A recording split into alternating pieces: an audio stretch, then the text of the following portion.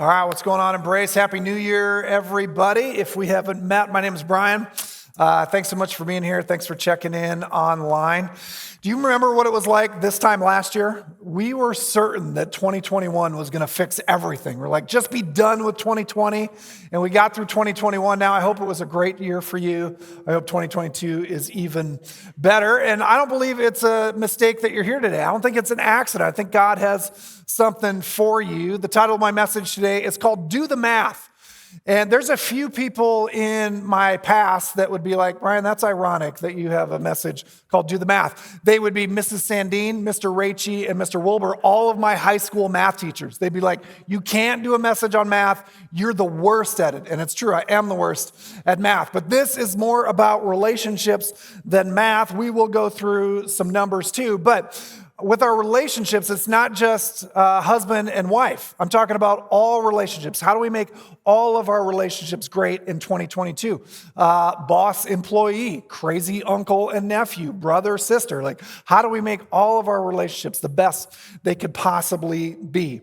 But before we get into relationships, I want to tell you what I'm thinking when I'm saying do the math. Like, we do the math in our brains all the time. We calculate, okay, is that the right decision? Maybe this is the right decision. If I do this, then the consequences of that will be this. And so we're just constantly doing the math in our brain. Every weekday morning when I'm the last to leave our house, I do the math. I do the math in my head and I'm like, okay, do I want to clean up the kitchen and put all the dishes and wipe it down for breakfast? Or is that future Brian's problem? And generally, I leave it for future Brian. Future Brian hates past Brian, but I make these calculations and I'm just like, leave it till then. I get home at 5 o'clock. I'm annoyed with myself, but I do the math, right? And so as I was thinking about this concept for this message, I realized as I was thinking about it, there's one section of society that they never do the math. They never calculate, okay, what's going to be the consequence of this action or this? And that section is middle school boys. That's just the deal. They never do the math. A few years ago, I walked into a room at the church I was at the time, and one of them, a middle school boy, I just call them. One of them was on a wall, like a partition, like 8 feet up in the air. Behind that partition was thousands of dollars of audio and visual equipment. One wrong step, they were going to break all of it. They might have broken a leg too, but I wouldn't have cared. I was simply worried about all the audio and visual equipment. And so I'm like, get down. What are you doing? What were you thinking?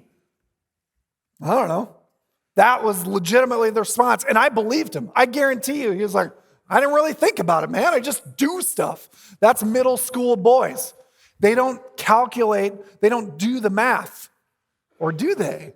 Because I remember when I was a middle school boy, and here's what would have been going through my head in that same situation.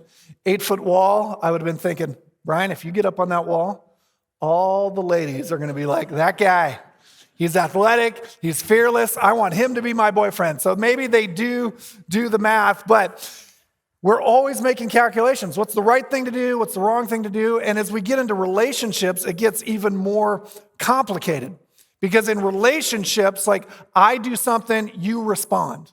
You do something or say something, I respond. And so it's this back and forth. Relationships are this two-way street.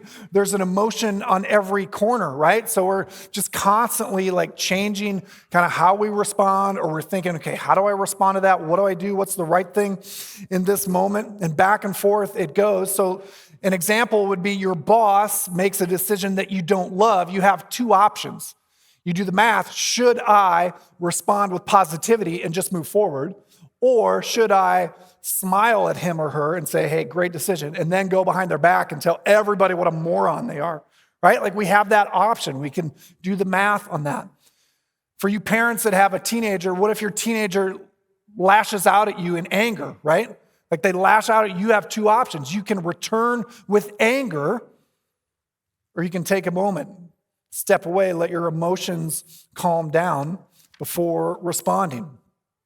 Now, I want to show you something that I use when I'm talking to people going through a relationship crisis, let's say. So I'm a pastor. I get in the middle of a number of these types of conversations. Actually, I love being able to be part of these conversation. So as a pastor, for whatever reason, people will come, maybe it's a couple, they're going through a really tough time, and they'll come and they'll have a conversation with me, and I can try to help them move through it.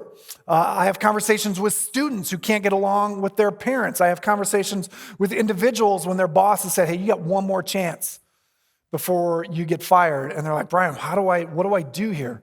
And so in these conversations, what I'll do is I will draw a pie chart for them. A pie chart. You know what pie charts are. This is where we get into the math. But in case you don't, I'm going to show you an example pie chart. This isn't the one I draw for them, but this is an example pie chart. So this is a pie chart that is calculating the amount of people in my life that think the Packers are just the worst, okay? So 97.7% of the people in my life think the Green Bay Packers are just the worst. 2.3% of the people in my life, they're okay with the Packers. They like the Packers. The interesting thing about that 2.3%, 100% of them have either gone through some terrible childhood trauma, like growing up in Wisconsin, and the other portion just hate their life. And so, that's a pie chart, right? So we get pie charts. And so when I'm meeting with a couple or with a student or with somebody and they're just going through a tough time in a relationship, what I'll do is I will draw a circle and I'll say, hey, this circle, this chart represents everything that needs to be worked on in the relationship. So say there were hurtful words said, that's in this pie, right? That needs to be worked on. Maybe there was an attempt to find common ground, but it was stonewalled. That's in here. That needs to be worked on. Maybe there was some contempt or defensiveness. All of that needs to be worked on. And then what I'll say is even if that person that you're in a relationship with, they've got 90% of this to take care of. Granted, they've got 90% to take care of it. What about this 10%? What part is yours in that? In that relationship, what can you control? That is not on them to control. It's not for them to do. You have to do it. What can you control? What is it that you can control in that relationship? And so today, what I want us to do is I want us to do the math around our relationships. Parents, we have got to do the math in the relationships with our kids. Students, you have to do the relationship or the math with the relationship with your teachers. Employees and bosses, you have to do the math. Okay, what is the part that I own in this relationship? You see, when we do the math, we can figure out what's our part to own. You have maybe an overbearing parent. Yeah, they've got something to work on, right? Maybe they're just too overbearing. Maybe they're too protective. Whatever that, they have to work on that. You can't fix that, but what is your portion? What is the part that you have to deal with? Because here's what I want. In 2022, I would love for us as a church, as Embrace Church, to walk out of here and go into 2022 and say, hey, this year is actually going to be the best year of relationships of my life. You'll be able to look back on 2022 and say, yeah, I actually started the most stable and life-giving relationships or continued them. They became more stable, more life-giving in 2022. We have an opportunity to do that, but it's on us. All we have to do is follow a couple instructions. The first one would be this: measure your words. Measure your words. When you're thinking about what portion of that pie do you own, how about your words? Measure your words. Paul is writing a letter to the Ephesians, and Paul writes this. He says, don't use foul or abusive language. Let everything you say be good and helpful so that your words will be an encouragement to those who hear them. So that your words will be an encouragement to those who hear them. I think this is helpful for us to know. Paul, when he's writing this, he's in jail. He's in prison, and not just for a day or two. He's in jail for an extended time. He's been thrown in prison, and he's writing something like, hey, don't use foul or abusive language from prison. And he wasn't there because he stole something or he murdered somebody. He was there for free speech, essentially. They had said, hey, Paul, you can't talk about Jesus anymore. And he's like, it's kind of who I am. It's what I do. And so they threw him in jail. And from jail, from prison, Paul is writing, don't use foul or abusive language. Say everything, let everything you say be good and helpful. And so I think that context is really helpful. It makes this verse even more rich. In prep for this message, I did a bunch of study on the power of words in our life. I think most of us would be able to say, yeah, words matter. The things that I say carry weight. The things that you say to me carry weight. I think we also smell a rat when we say that old kid's poem, "Sticks and stones will break my bones, but words will never hurt me," which is an absolute lie. Like, I remember somebody saying that to my face, like as they're crying. I'm like, I don't think that's true. And so we just know that words matter. Here's an interesting piece of math. The Harvard Business Review did a study. They did a study for the highest performing teams in a number of different companies, and they found the best ratio of positive to negative comments or criticism, praise to criticism, was 6 praises or 6 positive comments to 1 negative criticism. 6 to 1 was the magic ratio in work. That's what the highest performing teams had. But this data isn't just for managers or bosses. Dr. John Gottman, he's been doing study on happy and unhappy couples for 40 years, since the 70s. His institute has a ton of really interesting information, just information on like divorce prediction and marital stability. It's fascinating stuff. But Dr. Gottman writes this. He said they computed a magic ratio for happy and unhappy couples, a magic ratio of 5 to 1, meaning that for every negative interaction, for every 1 negative interaction during a conflict, a happy marriage has 5 or more positive interactions. And out of those 5 or more positive interactions or the 1 negative interaction, how many of those do you think has to do with words? All of them. Every one of them are associated with a conversation, a back and forth. And so words have power, and we just intuitively know this. But there's also science to back it up. A couple of doctors by the name of Dr. Andrew Newberg and Mark Waldman wrote a book called Words Can Change Your Brain, and they said this: a single word has the power to influence the expression of genes that regulate physical and emotional stress. Not a whole conversation, not a number of words, a single word. A single word affects our genes in such a way that it changes the effect or what the effect is on our body physically and certainly on our brain and our emotions and our stress.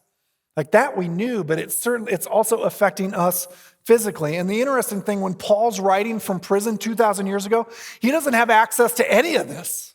He doesn't have access to these studies or anything, and yet he intuitively knows that we need encouragement, or maybe it's that God knows because God created us and he built us and he knows what we need. Look back at that verse one more time. Don't use foul or abusive language. Let everything you say be good and helpful so that your words will be an encouragement to hear them. I can already kind of hear the objection. So Brian, you're telling me I can't tell the truth anymore? Like I can't say hard things? Like if my employee is just the worst, I can't tell them what they're doing wrong? No. Let everything you say be good and helpful. It does not say let everything be good and nice. A few years ago, an executive told me this. She said, Brian, there's a big difference between saying something nice and saying something kind.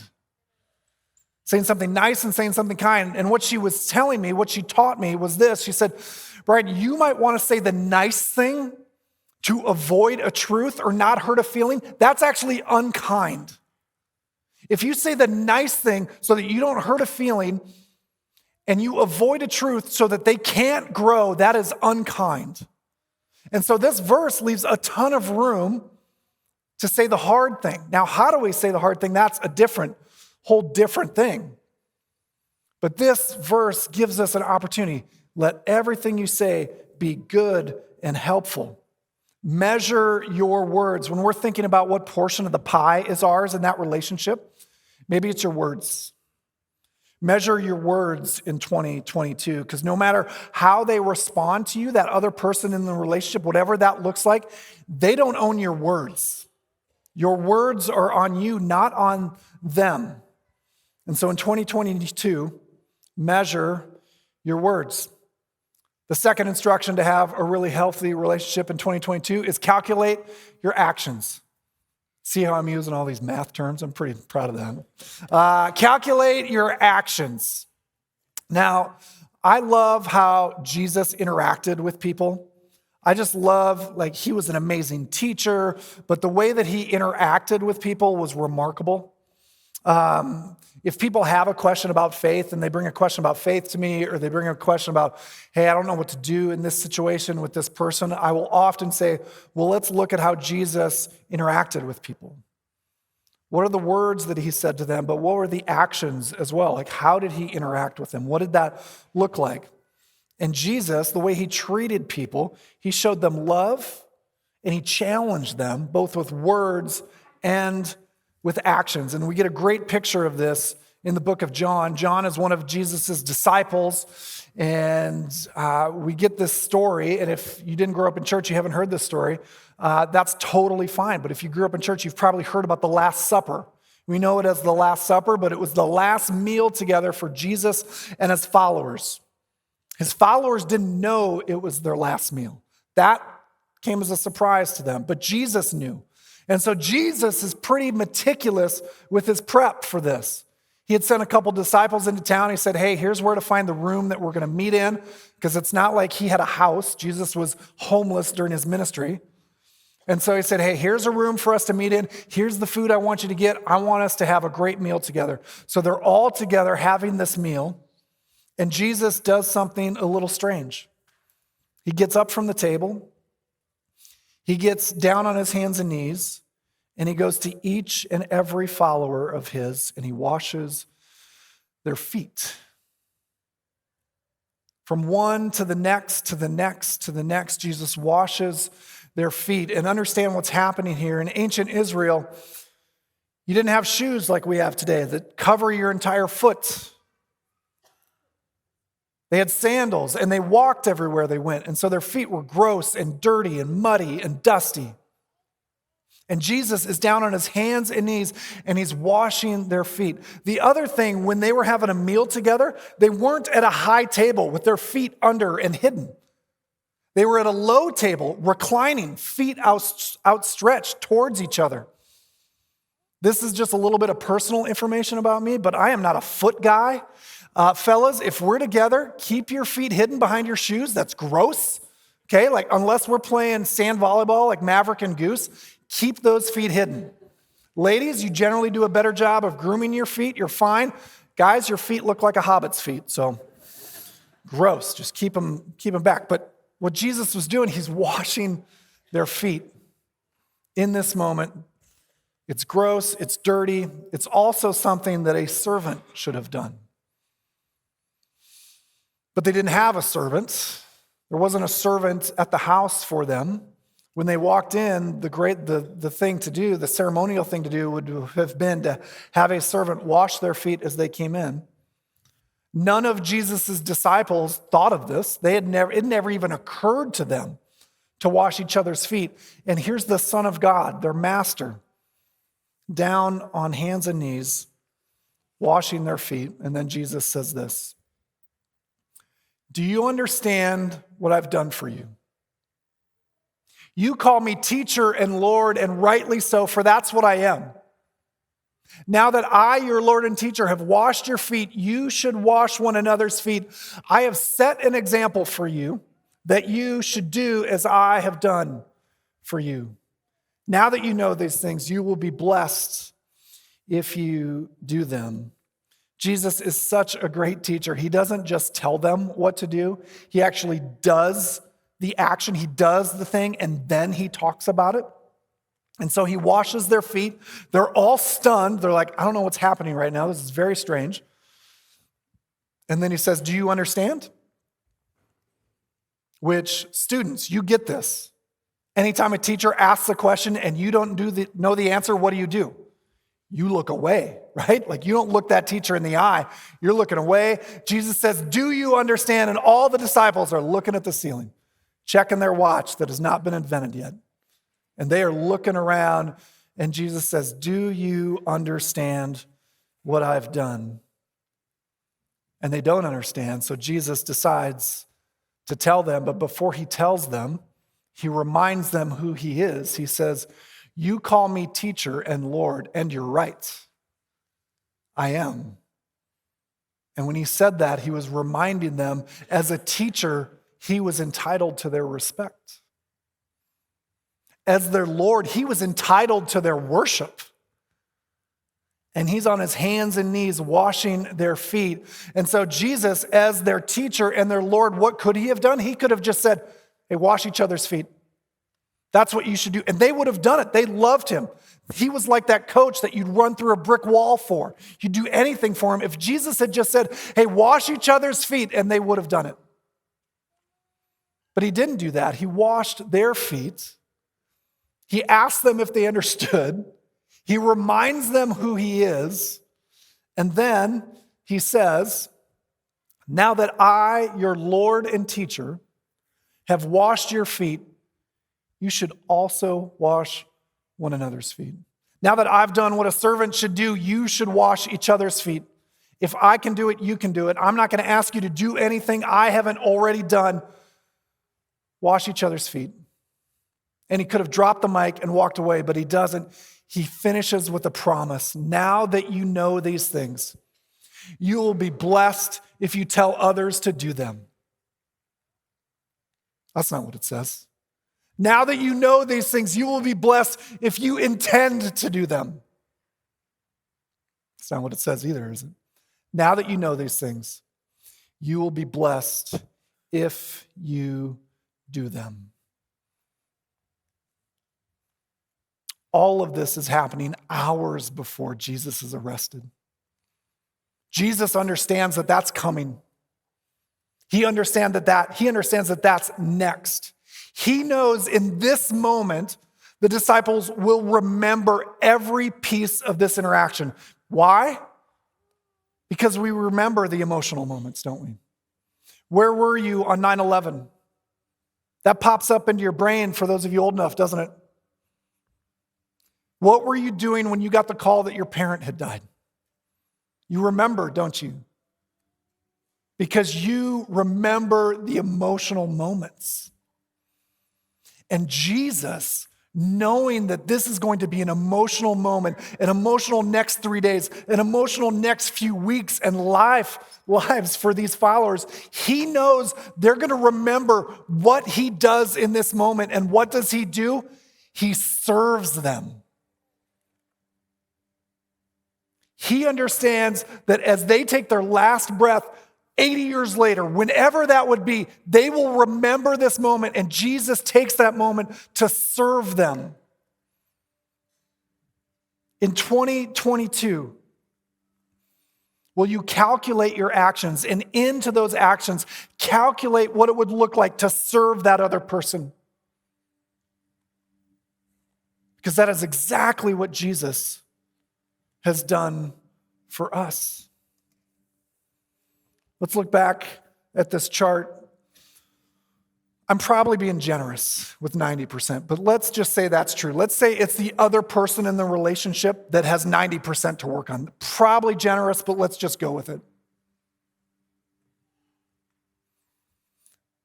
Human nature would say, man, they've got 90% to work on. Why would I even mess with my 10%? Why would I even mess with that 10%? They've got 90% to work on. I've just got this sliver. Why should I even mess with that? That's a real question. And the real answer is this.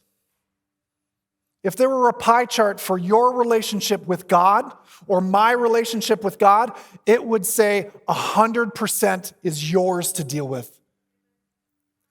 And he didn't let you. He went to the cross for you, even though it was yours to deal with. God said, I'm going to go do that for you. Brian, you've messed up all of these times. Brian, you got to fix that stuff. You got 100% of this relationship to fix, but I'm not going to let you. I'm going to go do it for you. And that's exactly what God has done for you and for me in our lives. Have you ever received grace something that you didn't deserve from somebody else. They gave you more than you deserved. Back in 2004, I'd been in ministry for 6 years. I was a youth director. And for whatever reason, I decided, I don't think this ministry thing's for me. I'm burnt out. I want to go make a bunch of money. So 2004, which would make me 28 at the time. I'm burned out at 28, apparently. Middle schoolers are the worst. They're really tough. And so 2004, I decided to go into business. And here's also a harsh truth. I'm terrible at business. Really, really bad. And so starting in 2004, I started making really poor decisions for me and for my family. And it's not just a few months. Like, I knew I had made a bad decision, but from 2004 to 2010, I make decision after decision after decision after decision that hurts our family financially. I'm just stuck in a spiral of, it's hard to explain unless you've been there. And Andrea, my wife, is next to me the entire time. 6 years of watching her husband make poor decisions that affects her and affects our kids. And sometime late in that time, 2009 or 2010, at some point, I was home alone and I was so frustrated, and I wasn't angry at Andrea. I was angry at myself. I was angry at God. I walked into our bedroom and Andrea was at work, and on her nightstand, there was a note card there, and I hadn't seen that note card before. And so I went and I grabbed it, and on the note card, it said, "The power of a praying wife." And on there was bullet pointed the things that she was praying for me in that moment. Not in that moment, in that season. About the man she believed I could be for her and for our kids. About the leader that I could be. And she was praying what she knew I could be, and she never lost hope. And if we had a circle for a relationship, we had a pie chart, at least 90% would have been mine. And thank you, Jesus, that she didn't just say, "You've got so much more to work on. I'm not even going to work on my part." She stuck with me. She prayed for me.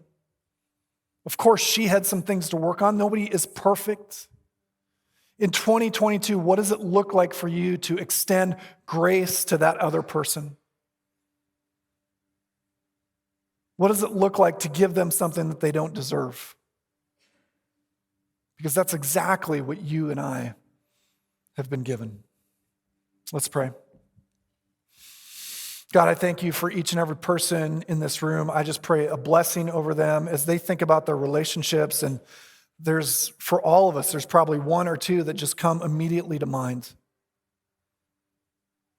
God, would you give us courage to say the kind thing? Would you give us perseverance maybe to get through a season in that relationship? Would you help us understand that maybe the kind thing to do is to create some boundaries? God, would you give us wisdom in what's our next move and what's our next action? What's the next words we say?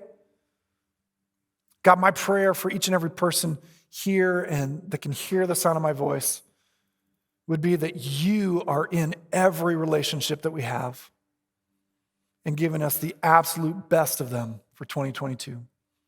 It's in Jesus' name I pray. Amen. Hey everyone, it's Adam from Embrace. If you enjoyed today's message, make sure to subscribe to Embrace's YouTube channel to stay updated. You can also click here to check out other videos. Thanks for watching.